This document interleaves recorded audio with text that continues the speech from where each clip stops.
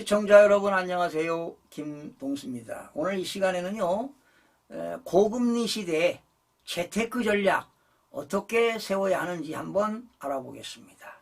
지금 미국의 기준금리가 상당 기간 높은 수준을 유지할 것이라는 전망에 금융시장이 한때 요동을 쳤습니다. 미국 중앙은행인 연방준비제도가 지난 9월 20일 기준금리를 상단 5.5%로 동결시켰는데요. 그러나 올해 안으로 추가 금리 인상 가능성을 시사했습니다. 또한 내년 말 금리 전망을 연 5.1%로 종전보다 0.5%포인트 높여 잡았습니다. 그러자 전 세계 주식시장이 일제히 팔자로 돌아섰고 채권 금리가 크게 상승하는 등 투자자들의 머릿속을 복잡하게 만들고 있습니다. 연 5%대 금리가 상수가 돼버린 만큼 고금리 시대에 맞는 새로운 재테크 전략을 짜야 할 시점입니다. 주식과 같은 위험 자산은 좀 가급적 줄이고요. 예금이나 적금, 그리고 기간이 짧은 채권 등의 안전자산 비중을 높여서 균형을 맞춰야 할 때입니다. 주식은 고금리에는 취약한 투자처로 꼽힙니다. 저금리로 시중에 돈이 많이 풀려야 주가 상승에 도움이 됩니다. 연준의 고금리 유지 입장 발표 전후로 미국의 S&P 지수 500지수가 4%나 넘게 하락했습니다. 같은 기간 코스피 지수도 2.5% 떨어졌고요.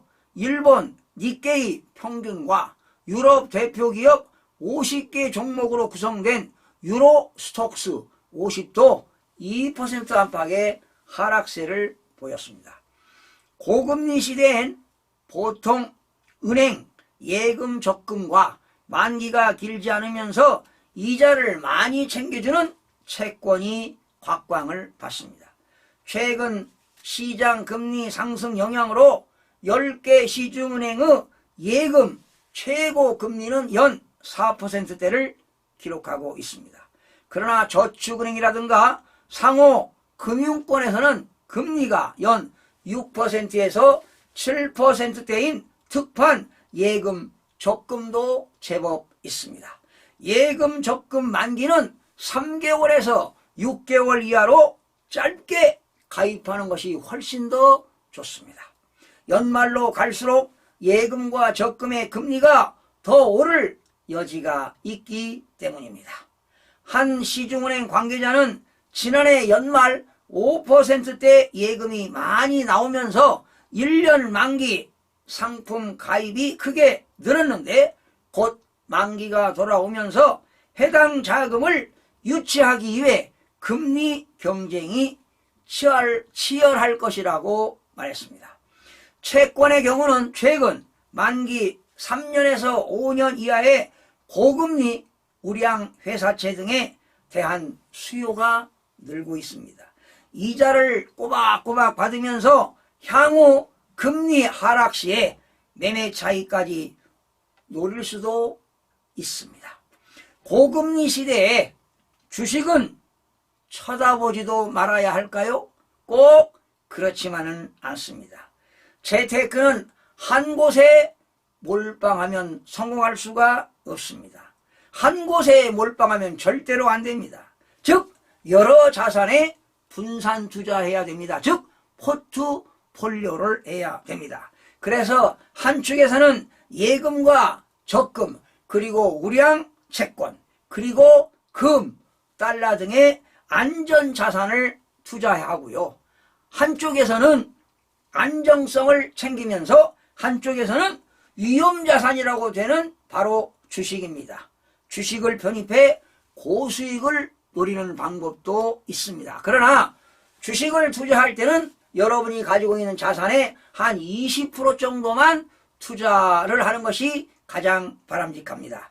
현 시점에서는 주가가 부진할 수 있으나 향후 유가가 진정되고요. 그리고 통화정책의 변화가 감지되거나 기업 이익들이 늘어날 경우에 주가는 크게 오를 수도 있습니다. 실제 미국에서요, 연 5%대 기준금리가 1년 넘게 이어졌죠. 그 시기가 2006년 6월부터 2007년 8월에 S&P 500은 16% 상승한 적도 있었습니다. 바로 이것이 2007년 11월 미국발 서브프라임 모기지가 오기 전이었습니다.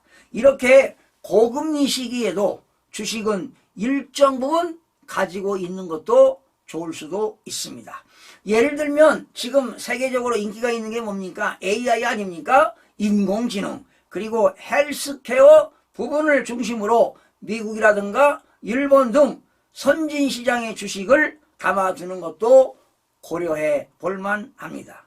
또한 내 집 마련을 위해서 큰 돈을 빌려야 하는 사람이 있다면 변동금리보다 고정금리가 훨씬 더 낫습니다. 즉 고정금리를 추천하고 싶습니다. 당분간 금리 상승이 예상되는 데다가 현재 고정금리가 변동금리보다 낮기 때문입니다. 5대 은행을 살펴보니까요, KB 국민, 신한, 하나, 우리, NH농협 등의 주택담보대출 변동금리가요 4.17에서 7.1로, 그리고 고정금리는 연 3.9%에서 6.47보다 변동금리가 훨씬 더 높습니다. 그래서 많은 금액을 대출받을 때는 고정금리로 하시는 게 좋습니다. 그랬다가 이렇게 고정금리로 돈을 빌렸다가 나중에 시중금리가 하락하게 되면은 대출 갈아타기 하는 겁니다. 갈아타기 해도 크나큰 문제가 없는 것으로 보여집니다. 그래서 많은 금액을 대출 받으실 분들은 고정금리로 대출 받는 것이 유리하다고 볼 수가 있습니다. 시청해주신 여러분 고맙습니다. 다음 시간에 뵙겠습니다.